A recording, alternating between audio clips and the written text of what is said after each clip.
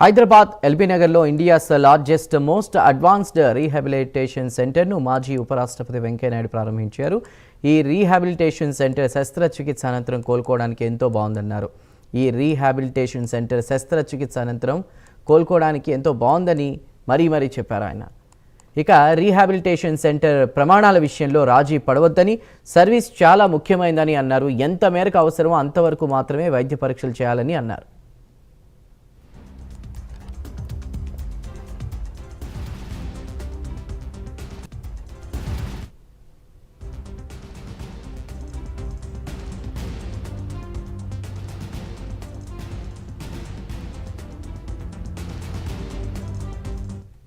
నమస్కారం. ఇక్కడ విచ్చేసిన గెస్ట్లందరికీ, మీడియా మిత్రులకి, మా వెల్నాక్స్ family members, friends and well wishers అందరికీ మరొకసారి నమస్కారం. ఇవాళ అందరు ఇక్కడ కలవడానికి ముఖ్య విశేషం వెల్నాక్స్ అనే ఒక rehabilitation and wellness centre LB Nagar లో మా 4th బ్రాంచ్ ఇవాళ లాంచ్ చేయడం జరిగింది. ఉపాధ్యక్షులు vice president honourable former vice president Venkaiah Naidu గారి చేతుల మీదుగా ఇది సాఫ్ట్ లాంచ్ చేయడం జరిగింది. ఇవాళ ఇది మా 4వ బ్రాంచ్. ఇక్కడ వెల్నాక్స్ కాన్సెప్ట్ మాది కొత్తది.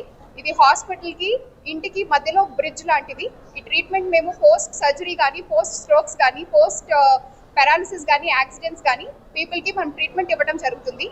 ఈ బ్రాంచ్ చాలా స్పెషల్, ఎందుకంటే దీంట్లో advanced robotics, aquatherapy, long term ICU, ఇంకా చాలా కొత్త ట్రీట్మెంట్లు ఉన్నాయి.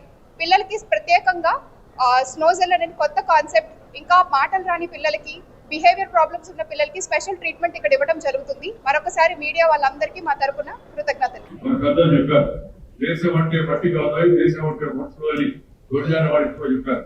ఆరోగ్యవంతులను కోరుకున్నప్పుడే దేశం ఆర్థికంగా బలోపేతం అవుతుంది.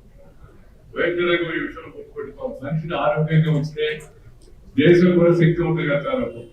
మనం వికసిత భారత వైపు వెళ్ళాలని చూస్తున్నాం. ప్రపంచంలో మన దేశం ఆర్థికంగా ముందుకు పెడుతుంది. మధ్య అమెరికా మాట్లాడాడు, అప్పుడప్పుడు మాట్లాడుకుంటున్నారు. ఆయన ఏం మాట్లాడుకుంటున్నారు, ఆయన కూడా చదవాలి అన్నాడు. ఇండియా డేటా కాలమే అందరూ ఆశ్చర్యపోయారు.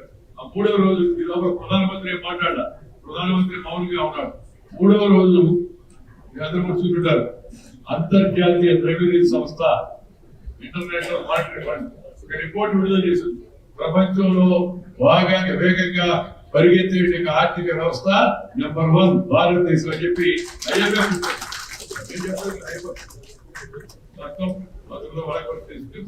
తిరిగి మళ్ళా తగ్గించి మన దేశంతో పోతుకుంటాం. మనం కూడా ఒకటి ఓపికగా ఉండాలా, 2 ఇంకేం అవకాశాలు కూడా యూరోపియన్ యూనియన్ తో పొత్తు పెట్టుకున్నాం.